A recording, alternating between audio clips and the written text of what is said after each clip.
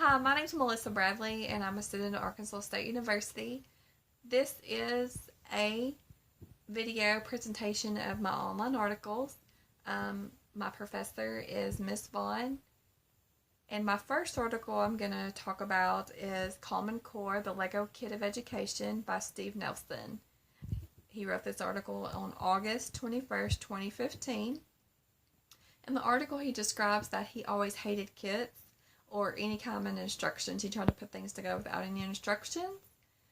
Kits are convenient, they save time, but they don't benefit you in the long run. It's what the article was detailing.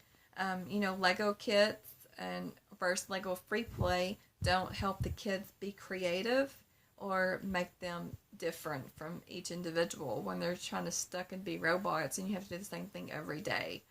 And it's clear that rearranging Legos from a messy pile have a better learning experience than working from a kit with directions.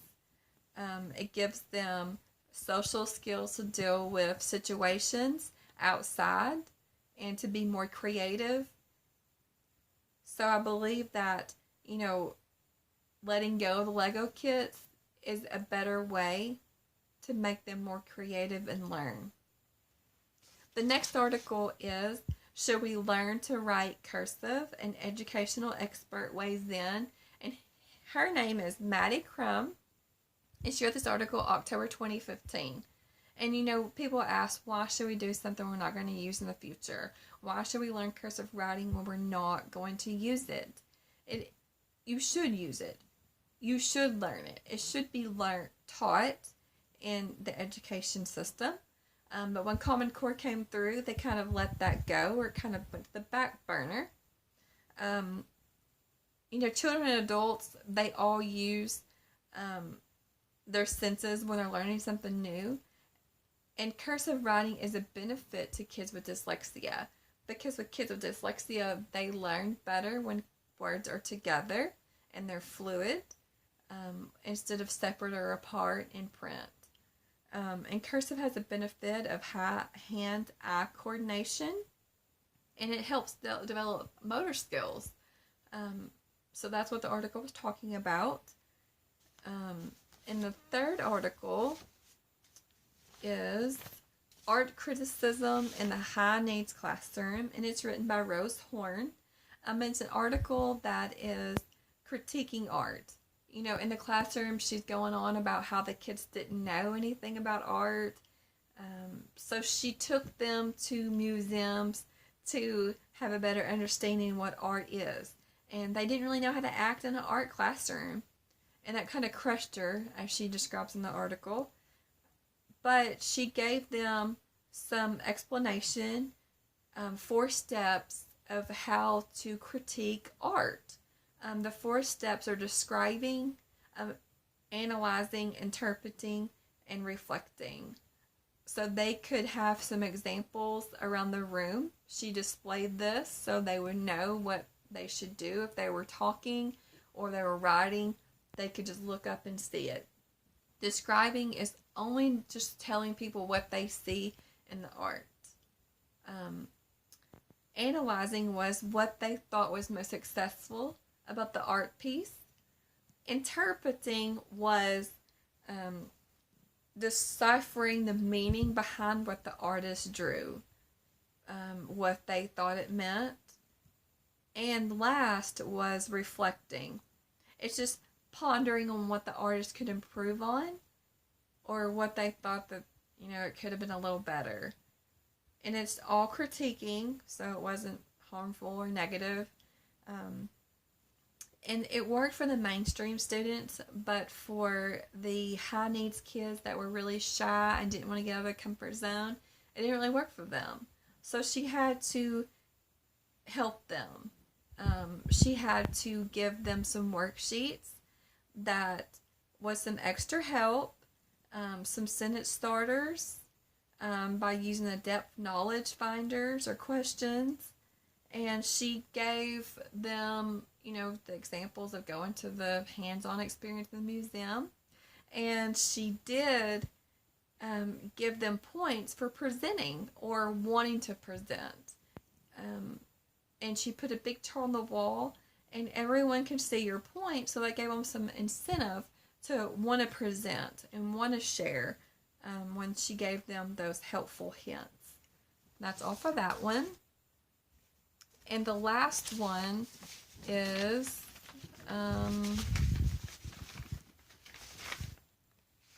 or not the last one. Students, helping students express themselves in math. I've already did that one.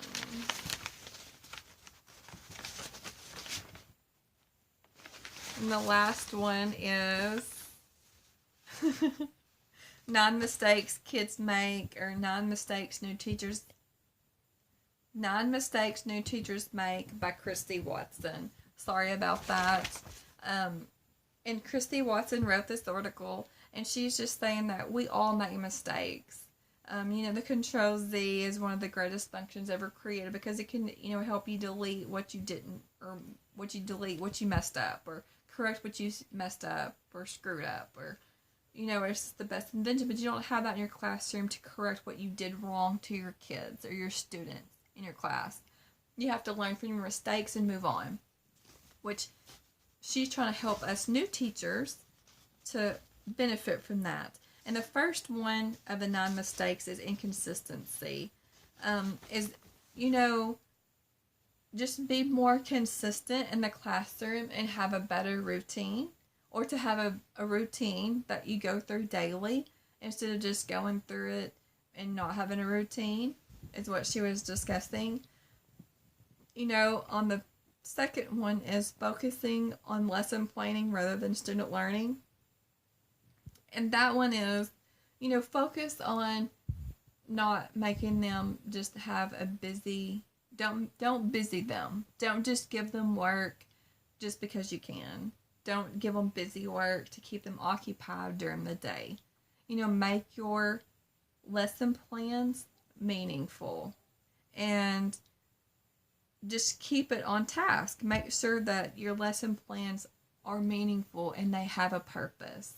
Don't just give them stuff to do so they're out of your hair. Just give them knowledge so they can understand it. The third one is grading everything. And, don't feel guilt. I guess in the article it's saying that she felt guilty because she gave them work and she didn't grade it. But that's kind of foolish, to grade everything that you give out, because they're not understanding it the first time you give it. So it's kind of, foolish if you grade it right away. The homework and the activities during the day should be about learning and gaining the knowledge so they can learn it. And then when they bring it back and you give them a grade, it's more meaningful because they understand it, they get it, it's knowledgeable to them. The fourth one is avoiding parent contact. In the article, it's saying, the new teachers might feel uncomfortable calling new teachers at first, but once you call them just to let them know their kid's doing good, or they need extra help, or they need some speech therapy, or they're just not getting along with other kids, can be very difficult. But if you do it in a mindful, nice way, instead of, raising your voice or yelling at them, and just be mindful of how you say it, and you just, tell them they're doing good, the good things they do, not all the bad, but they are doing good, can go a long way. And that, sometimes they don't want to hear that, but as long as you let them know that you're all on the same page and you're trying to improve their kid or their student, it will be meaningful to them. So don't avoid the contact with the kid, the parents. Number 5 is not setting boundaries with students. We love our students. We want to get to know them, but sometimes those boundaries can be by the wayside. But we need to set those. When students come in your classroom, make sure the door is always open. Not that don't hide anything. Don't make anything secret. Don't put anything out where you don't want it to be seen. You want everyone the door to be open. Just be mindful of how you act. You want to get to know all your kids. in a relationship with them. So number 6 is being afraid to ask for help. You know, the first year teacher is going to struggle, but if you ask for help from your senior or seasoned teachers, it can help you grow and be more knowledgeable in your learning. It shows that you want to learn, and it's just helping you know that you are going to get it. And don't be afraid to ask.